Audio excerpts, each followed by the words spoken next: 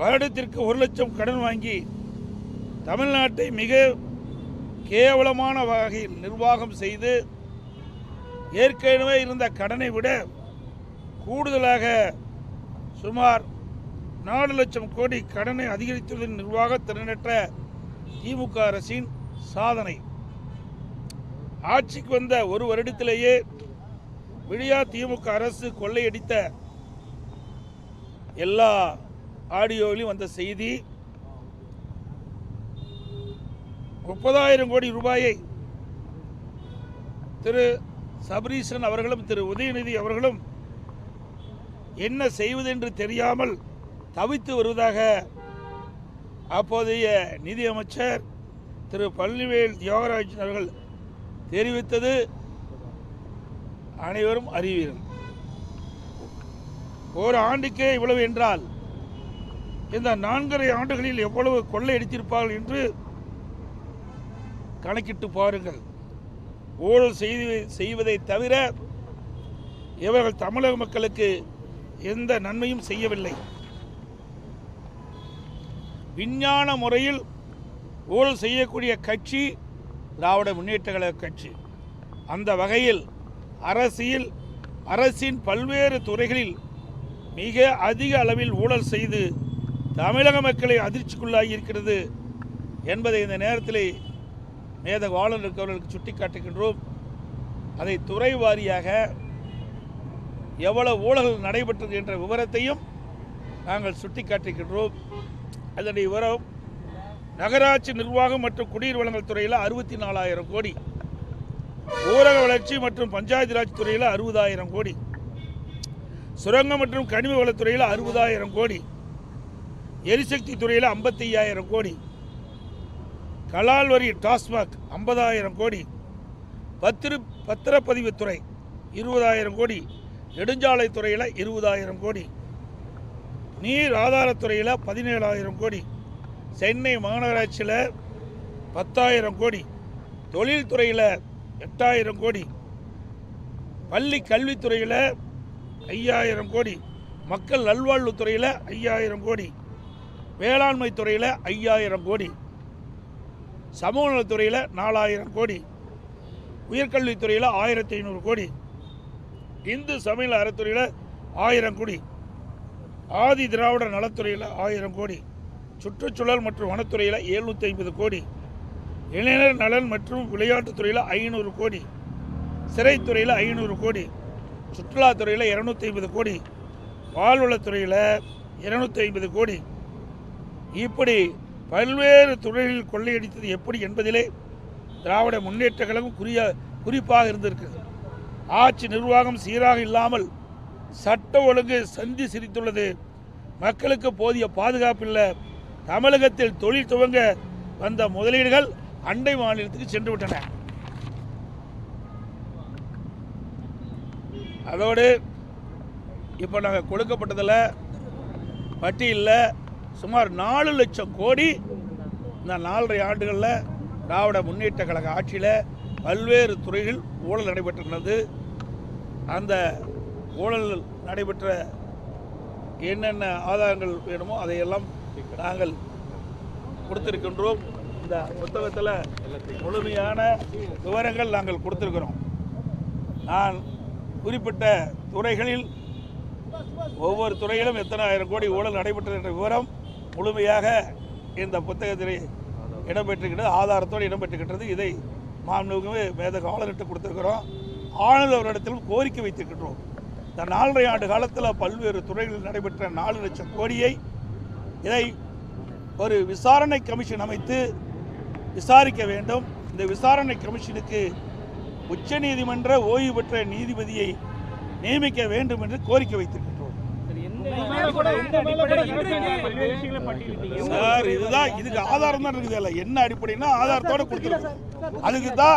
அதுக்குத்தான் இந்த பட்டியல் அடங்கின்ற விவரங்களை எல்லாம் விசாரணை கமிஷன் ஒன்று அமைக்கப்பட்டு இந்த விசாரணை கமிஷனுக்கு ஓய்வு பெற்ற உச்ச நீதிமன்ற நீதிபதியை நியமிக்க வேண்டும் என்று நாங்கள் வலியுறுத்தி இருக்கின்றோம். மேத ஆளுநர்கிட்ட அமைச்சர்கள் மீது ஊழல் பட்டியல் கொடுத்திருக்கீங்க. உங்களுடைய ஆட்சியிலையும் முன்னாள் அப்போது இருந்த அமைச்சர்கள் மீது திமுகவினர் புகார் பட்டியல் கொடுத்திருக்காங்க. விசாரணையையும் இதை டைவர்ட் பண்ணாதீங்க, இதை மட்டும் பேசுங்க. அதெல்லாம் ஏற்கனவே பல முறை கேட்டு இதையெல்லாம் ஏற்கனவே நீங்க கேட்டவரெல்லாம் ஏற்கனவே கேட்டு அதுக்கு பதில் அளித்து விட்டது. இப்போ இதற்கு என்னன்னு அதை கேளுங்க, அதை கேட்க மாட்டேங்கிறீங்க. அதை விட்டுட்டு இதை டைவர்ட் பண்ணி நீங்க வேற விதமா கேட்கறது அவ்வளவு பொருத்தமா இருக்காது. நாங்கள் ஏற்கனவே நீங்க கேட்ட கேள்விக்கெல்லாம் பதிலளித்து விட்டோம். எம்ஏ கூட வழக்கு போட்டாங்க. உயர்நீதிமன்றத்தில் நான் வழக்கு நடத்துறேன்னு சொன்னேன். வழக்கு போட்டவங்க ஆர்எஸ் பாரதி திரும்ப பெறன்னு சொன்னாங்க. நிரபராதின்னு நிரூபித்து தாங்க நிற்கிறோம். ஆனால் திராவிட முன்னேற்ற கழகம் ஆட்சி வந்ததிலிருந்து பல்வேறு துறைகளில் நடைபெற்றிருக்குது. இதை இங்கே கூட சொல்றீங்களே, இன்னைக்கு இடி 2 முறை ஒரு துறையில் பல்வேறு ஊழல் நடைபெற்றது என்று சுட்டிக்காட்டி அரசுக்கு அறிக்கை அனுப்பப்பட்டிருக்குது. அந்த அறிக்கையின் அடிப்படையில் ஆதாரத்தோடு கொடுத்துருக்குறாங்க. இன்னும் எஃப்ஐஆர் போடல இந்த அரசாங்கம். அதை என்னன்னு கேளுங்க, அதை கேட்க மாட்டேங்கிறீங்களே. அதே போல கிட்னி முறைகேடு இந்த அரசாங்கமே கண்டுபிடிச்சு அதுக்கு ஒரு குழு போட்டு குழு போய் ஆய்வு செய்து முறைகேடு நடந்தது உண்மை என்று அரசுக்கு அறிக்கை தாக்கல் செய்யப்பட்ட பிறகு இதுவரைக்கும் என்ன நடவடிக்கை எடுத்திருக்குது? அது யாருடைய மருத்துவமனை? திமுக சட்டமன்ற உறுப்பினருடைய மருத்துவமனை. அதனால நடவடிக்கை எடுக்கல. இதையெல்லாம் கேள்வி கேளுங்க, இதற்கு விவாதம் பண்ண வைங்க. ஒரு தயவு செய்து ஊடக நண்பர்கள் பத்திரிகை வேணும், ஒரு டிவியாவது ஒரு தொலைக்காட்சியாவது இந்த கிட்னி முறைகேடு நடந்தது விவாதம் பண்ண வச்சிக்கலாம். எங்க தும்புனா அதிமுக தும்புனா விவாதம் பண்ண வைக்கிறீங்க, இரும்புனா விவாதம் பண்ண வைக்கிறீங்க. இவ்வளவு பெரிய நிகழ்வு தமிழகத்தில் நடைபெற்றிருக்குது. ஒரு கொடுமையான நிகழ்வு. வறுமையை பயன்படுத்தி பணத்தாசை காட்டி அந்த ஏழைகள் இருந்து இந்த கிட்னி முறைகேடு இருக்குது, கிட்னி திருடி இருக்காங்களே, இதுக்கு என்ன நடவடிக்கை இந்த அரசு எடுத்தது? இன்றைக்கு மகாராஷ்டிரா அரசாங்கம் நடவடிக்கை எடுத்திருக்குது. அப்படி தமிழ்நாடு அரசு என்ன நடவடிக்கை எடுத்திருக்கு? இந்த முதலமைச்சர் என்ன நடவடிக்கை எடுத்திருக்கிறாங்க? லேப்டாப்பை நாங்கள் தொடர்ந்து வலியுறுத்திட்டு வரோம்.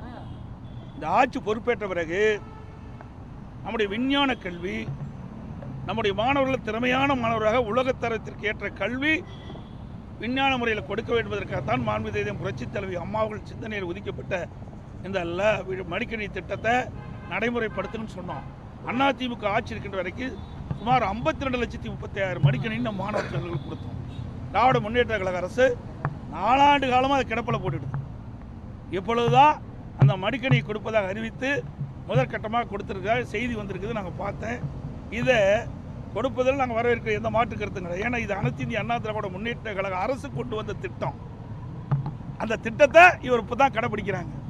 இதை ஏற்கனவே நாங்கள் குறிப்பிட்டவாறு இந்த ஆட்சி அமைந்தவுடன் மாணவ செல்வங்களுக்கு இந்த மடிக்கணினி கொடுக்கப்பட்டிருந்தா பயனுள்ளதாக இருந்திருக்கு. சரி, இப்போவாவது கொடுக்குறீங்களே, எதற்காக கொடுக்குறீங்க? நடைபெறுகின்ற தேர்தலில் இந்த மாணவருடைய வாக்கு தேவை, அதற்கு தான் இந்த லேப்டாப் கொடுக்குறாங்க ஒழிய மாணவன் நலனுக்காக கொடுக்கல, மாணவனுக்கு நன்மை கிடைப்பதற்காக கொடுக்கல. அப்படி கொடுக்குவதாக இருந்தால் இந்த அரசு 2025ஆம் ஆண்டு கல்லூரி திறப்பதற்கு முன்பு கல்லூரி திறந்த பிறகு கொடுத்துருந்தா கூட பரவாயில்ல, அப்பவும் கொடுக்கல. அப்போ கல்லூரி சேர்ந்த மாணவர்கள் கடனை உடனே வாங்கி லேப்டாப்பை வாங்கி படிச்சுட்டு இருக்கிறாங்க.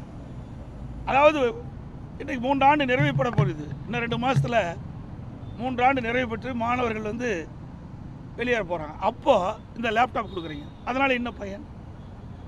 ஆக இந்த அரசோடைய நோக்கம் என்ன?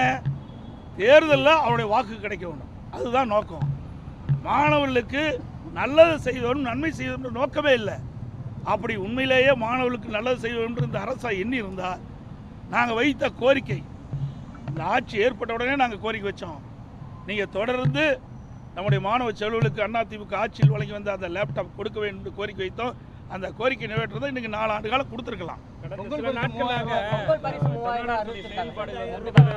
அதாவது இப்போ எல்லாமே தேர்தல் நோக்கி தான் இந்த அரசு பயணம் பண்ணிட்டு இருக்குது. மக்களுக்கு நன்மை செய்வதற்காக கொடுக்கல, மக்கள் படிக்கின்ற கஷ்டத்தை பார்த்து கொடுக்கல. வருகின்ற சட்டமன்ற தேர்தலில் திராவிட முன்னேற்ற கழகத்துக்கு மக்களுடைய செல்வாக்கு இழந்து விட்டார்கள், தோல்வி பயம் வந்துட்டது. அதில் எப்படியெல்லாம் இந்த மக்களை ஏமாற்றி விஞ்ஞான முறையில் அவருடைய வாக்குகளை பெறுவதற்கு தான் தந்திரமாக இந்த ஸ்டாலின் அவர்கள் இந்த அறிவிப்பை வெளியிட்டிருக்காங்க. அதன் அடிப்படையில் தான் குடும்ப அட்டைக்கு இன்றைய தினம் 3000 ரூபாய் அறிவிச்சிருக்கிறாங்க. ஏற்கனவே திரு ஸ்டாலின் அவர்கள் எதிர்க்கட்சியில் இருக்கின்ற பொழுது, நான் முதலமைச்சர் இருந்த காலத்தில் அதிமுக ஆட்சி நடைபெற்ற பொழுது குடும்ப அட்டைக்கு ஏன் 2500 ரூபாய் கொடுக்குறீங்க, 5000 ரூபாய் கொடுக்கணும்னு இதே முதலமைச்சர் அன்றைய தினம் கோரிக்கை வச்சார். அந்த அடிப்படையில் தான் நான் 15 நாளுக்கு முன்பாகவே எங்களுடைய எழுச்சி பயணத்தின் போது கூட்டத்தில் தெரிவித்தேன், திரு ஸ்டாலின் அவர்களே நீங்கள் 5000 ரூபாய் குடும்ப அட்டை கொடுப்புன்னு கோரிக்கை வச்சீங்க. அதன் அடிப்படையில் இந்த 3 ஆண்டு காலமாக பொங்கல் தொகுப்பு தான் வழங்கப்பட்டது, பொங்கல் பரிசு கொடுக்கல. அதன் அடிப்படையில் இது உங்களுக்கு இறுதி ஆண்டு, இனிமேல் திமுக ஆட்சிக்கு வருவது என்பது இயலாத காரியம். கடைசியிலாவது மக்கள் மகிழ்ச்சியோடு இருக்கின்ற அடிப்படையில் எல்லா குடும்ப அட்டைக்கும் 5000 ரூபாய் வழங்க வேண்டும். நீங்கள் வைத்த கோரிக்கை தான் இப்போ நான் சொல்கிறேன்னு சொல்லிடுறேன். ஆனால் இப்போ 3000 தான் கொடுத்துருக்குறாங்க. தெரியல எனக்கு, இப்போ தான் வந்திருக்கு, எனக்கு தெரியல. அது முழு விவரம் கிடைத்த பிறகு அதற்கு உண்டான பதில் சொல்கிறேன். தாங்க எல்லாமே தேர்தலை நோக்கி கொடுக்கப்பட்ட அறிவிப்பு. 2021ஆம் ஆண்டு எப்படியாவது ஆட்சிக்கு வர வேண்டும் என்ற அடிப்படையில் நிறைவேற்ற முடியாத அறிவிப்புகள்லாம் அறிவித்தாங்க. அறிவித்தபடி அந்த தூய்மை பணியாளர்கள் கேட்குறாங்க இந்த அரசாங்கத்தில். 2021ஆம் ஆண்டு திராவிட முன்னேற்ற கழக தேர்தல் அறிக்கையில் என்னென்ன வாக்குறுதி கொடுத்தீங்களோ அந்த வாக்குறுதி அடிப்படையில் தூய்மை பணியாளர்கள் இந்த அரசாங்கத்தை கேட்குறாங்க. அவர் கேட்குறது நியாயம் தானே?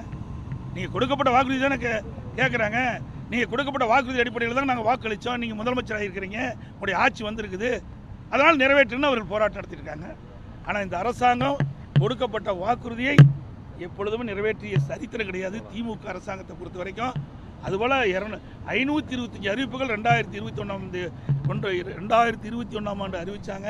அதில் 4இல் 1 பங்கு கூட நிறைவேற்றலை. இதுதான் உண்மை, யதார்த்தம். இது மட்டும் இல்லை, இன்றைக்கி தமிழகத்தில் பல போராட்டம் நடந்துருக்குது.